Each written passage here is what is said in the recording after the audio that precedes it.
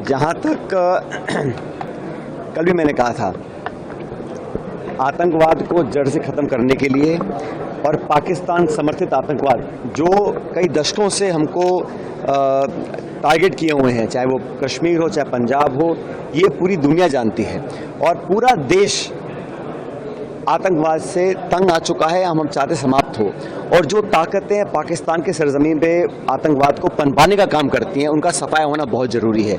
इसमें कोई दो राय नहीं है, इसमें कोई अलग अलग बात करने का मतलब नहीं बनता।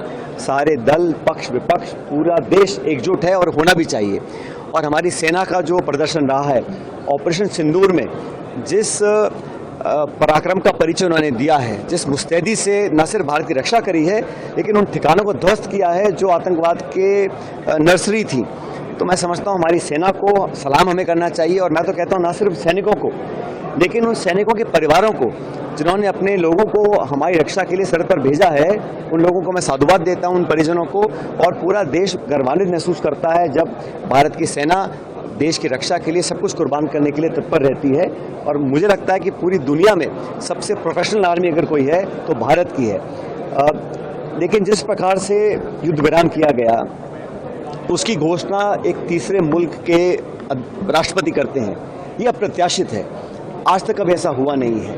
और क्योंकि पाकिस्तान ने सीज फायर की घोषणा की चंद घंटों बाद उसका वायलेशन किया, कश्मीर बॉर्डर पर लगातार मोटर बॉम्ब्स और फायरिंग करी, कई निहत्थे लोगों की, निर्दोष लोगों की जानें गई हैं। तो जिस देश से आपने समझौता किया है, क्या विश्वसनीयता है उसकी, क्या क्रेडिबिलिटी है कि आगे इस प्रकार के काम नहीं होंगे। और मुझे तो इस बात की भी चिंता है कि IMF ने अभी बहुत बड़ा लोन उनको दिया है और अमेरिका के राष्ट्रपति कहते हैं बहुत व्यापार करेंगे पाकिस्तान के साथ। जो संसाधन पाकिस्तान के पास हैं उसका वो दुरुपयोग नहीं करेंगे, इसकी क्या गारंटी है। वो टेरर फंडिंग दोबारा चालू नहीं करेंगे, इसकी क्या गारंटी है। इसलिए सरकार को स्पष्ट करना चाहिए कि क्या आश्वासन उनको मिला है, क्योंकि हम लोग चर्चा करें आतंकवाद की और अमेरिका ने नया शगुफा छोड़ दिया है कश्मीर का। कश्मीर की तो चर्चा ही नहीं थी भाई, ये अलग अलग मुद्दे हैं और कश्मीर द्विपक्षीय मामला है। इसका अंतर्राष्ट्रीयकरण करना मैं समझता बड़ा दुर्भाग्यपूर्ण है, होना नहीं चाहिए।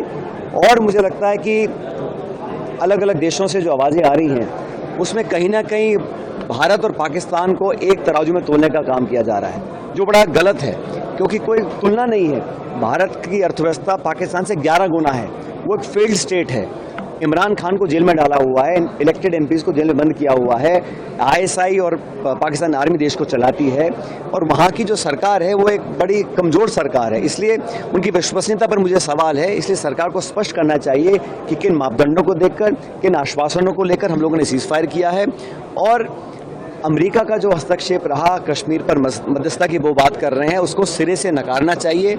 और विदेश मंत्रालय के कोई प्रवक्ता वक्तव्य दें, उसका कोई मतलब नहीं है। सबसे ऊंचे लेवल से ये खंडन आना चाहिए कि हमने व्यापार के लोभ में या डर से ये समझौता नहीं किया है। और राष्ट्रपति 3 बार बोला ट्रंप साहब ने कि मैंने ट्रेड का और व्यापार का डर या लालच दिखाकर ये संधि करवाई है, उसको नकारा जाना चाहिए।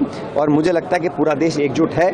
आपको याद होगा 22 अप्रैल को जब घटना घटी, सबसे पहले खरगे साहब ने प्रेस कॉन्फ्रेंस करके कहा हम सरकार के साथ हैं। और आज भी जहाँ तक देश की अखंडता, सुरक्षा और फौज की बात है, हम सब लोग एक थे और एक रहेंगे।